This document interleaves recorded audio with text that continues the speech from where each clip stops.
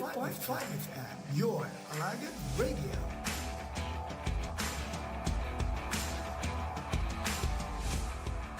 One hundred point five FM.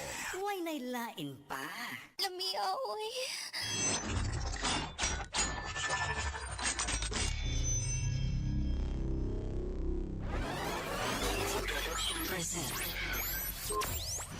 You're in the middle of non-stop good stuff on 100.5 FM.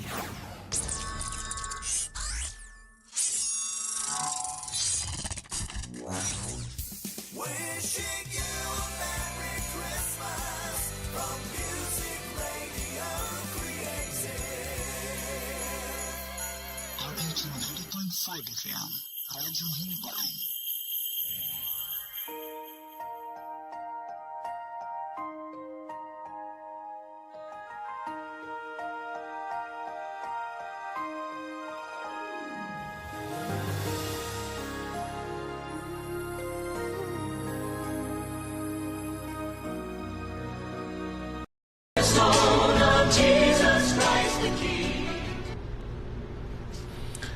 Abyan may nga gadra sa imo kag welcome gid sa aton nga palatuntunan ang Ilonggo Daily Light from God's Word Radio Broadcast.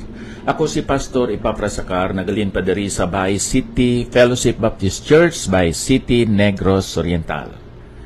Nagapasalamat sa imo nga pagbukas ang imo nga radyo agod nga makapamati sining aton kada aga nga programa.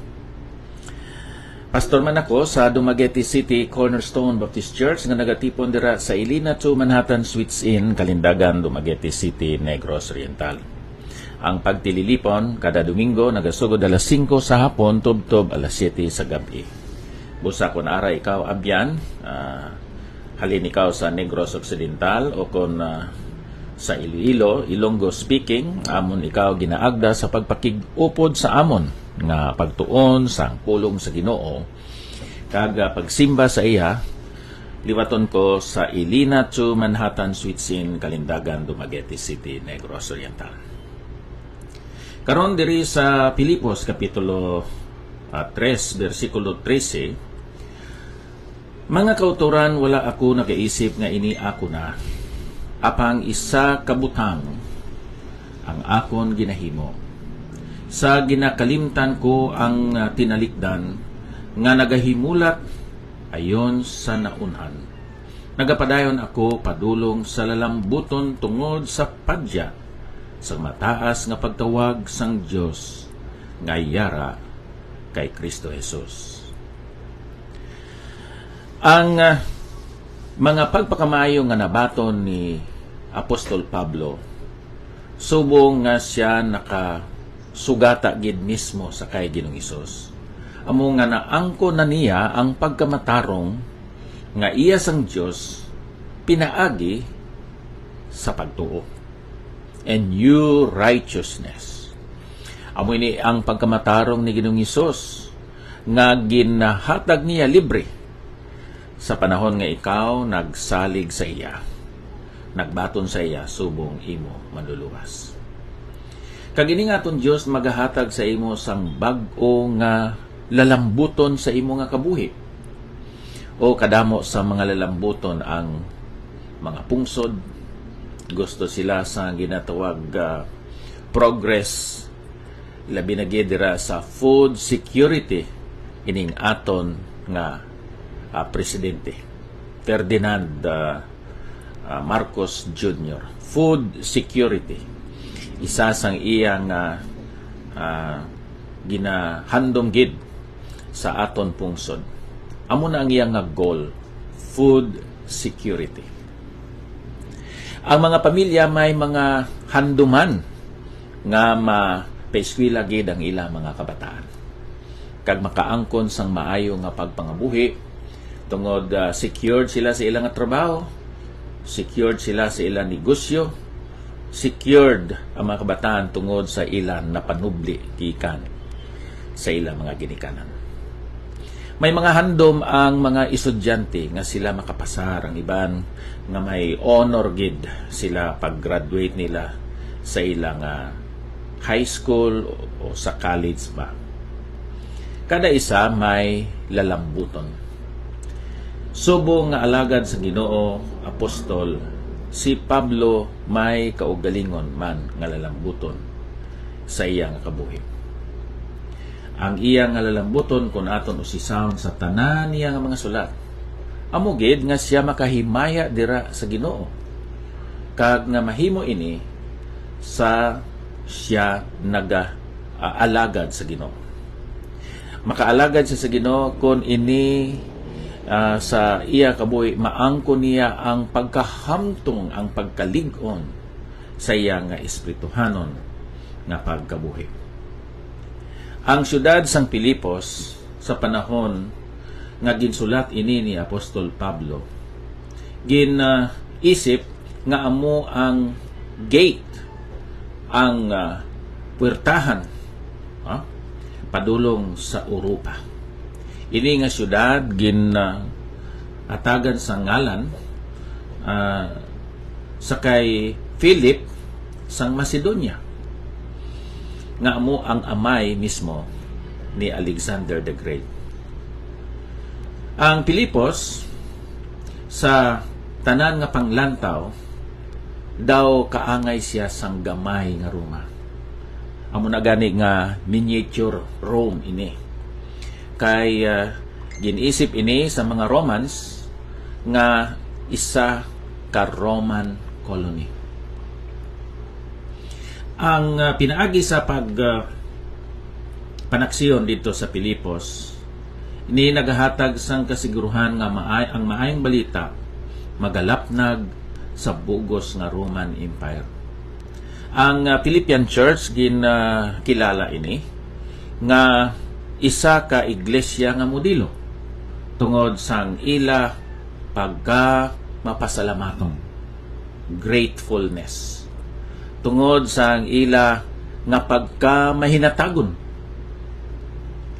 generous ang mga Kristiyanon sa Pilipos, generosity. Kag ako nakita nga ang ila kabuhi nagbalag ogid tungod sila may kabuhi nga may grace, graciousness, gratefulness, generosity, and graciousness. Now, si Apostol Pablo sa iya nga pagsugid sa mga Kristiyanon sa Pilipos na nungod sa iya nga testimony, ginsugid niya hindi lamang ang iya righteousness nga nabaton pinaagi sa pagtuo kay Kristo Jesus, kundi iya ginsugid man ang bag-o niya nga lalambuton. Ang sulat sa mga Kristiyanon dito sa Pilipos, isa sa mga katuyuan ni Pablo amo nga nagapasalamat siya tungod kay ginpadalaan siya sa mga Kristiyanon sa Pilipos pinaagi ni Epaphroditus nga nagmasakit man gani isang dito na sa Roma.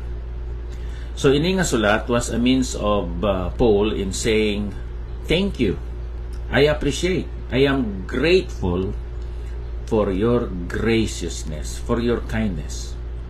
Bisan sa pagkamatod, ini nga sulat, ginsulat sa tunga sang kabudlayan, tungod kay si Pablo isa ka piniriso.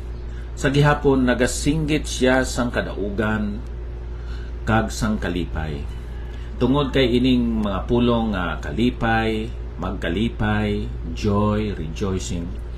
Makita diri sa sini nga sulat sa Griego, Greek translation, sa 16 gid kakaygayunan sa 4 ka mga kapitulo. Now, agud nga makabot naton ang aton nga mga handom o kung nalambuton. Ang unang nga butang nga aton tanong gid sa aton nga panghuna-una abyan, amo nga kinanglan i-fix naton, i-focus naton ang aton mga mata sa aton lalambuton. Kinanglan may ara kita single-mindedness. Hindi nga damuon tagid ang aton nga mga ginahimo kag handom. Amo na lang nga master of jack of all trades, master of none. Kung damo kayo ang imo mga ginahimo, hindi ka na hatag sang special time, effort, and skill sa isa ka branch, say for example sa medisina. Karon ano na ang trend sa medisina? Specialization. Ang iban dito lang gid sila ya nagahatag sang ila panahon para sa training kag research sa mata lang gid sa mga tao. Ang iban ara lang gid sila ya sa throat lang gid sa mga tao. Ang iban ara lang gid sa dalunggan sa mga tao. Specialization. Kay kun mag general practice ka, hindi ka gid mahimo nga master sa imo nga ginamian nga branch, no, sa medisina. Kinahanglan nga mag-specialize ka. So karon kay may isa man kita ka lalambuton ang paghimaya dira sa Ginoo. Kung ganegosyo ka, mamangkot ka, paano ko makahimaya sa Ginoo? Kung nagatrabaho ka, mamangkot ka, paano ako makahimaya sa Ginoo? Karon kung naga-eskwela ka, mamangkot ka, paano man ako makahimaya sa Ginoo? Kung ikaw maestra, mangkot ka, how can I glorify God in my profession? Kung ikaw isa ka negosyante, mamangkot ka, how can I glorify God in my business? Ikaw siguro empleyado sa gobyerno, how can I glorify God in my work here as a government employee? Kaya ang inyong pastor, nagatudlo, nagawali, naga-evangelize.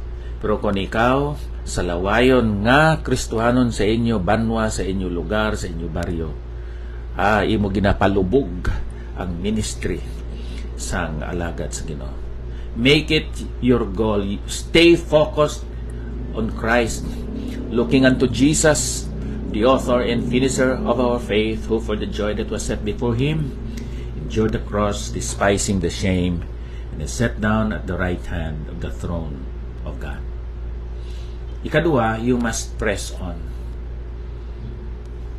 Kinahanglan ikaw magapadayon.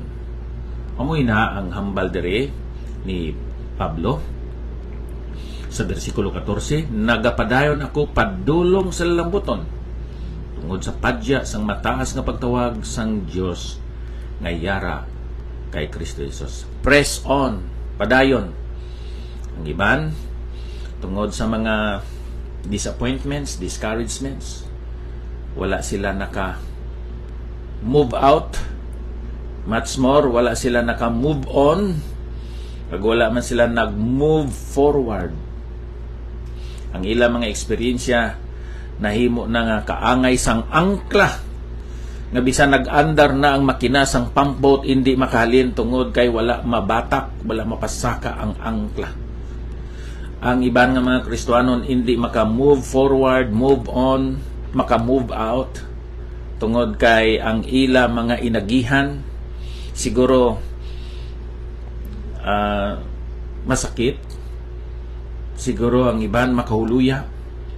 Nahimo na ini nga angkla, angkor, so that they could not move on.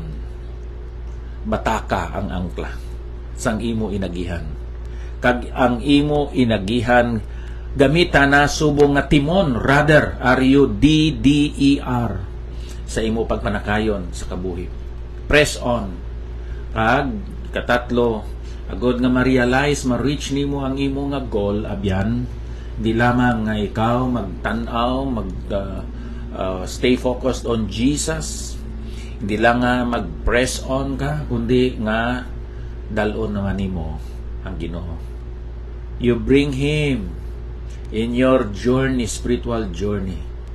Hindi siya pag-ibilin, hindi siya pag-haboy kung may panahon na nga mag-compromise, kung may mga tentasyon. You bring Jesus wherever you go.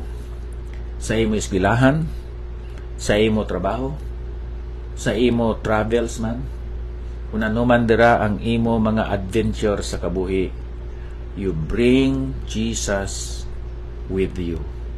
He has promised, "Lo, I am with you, even unto the end of the world."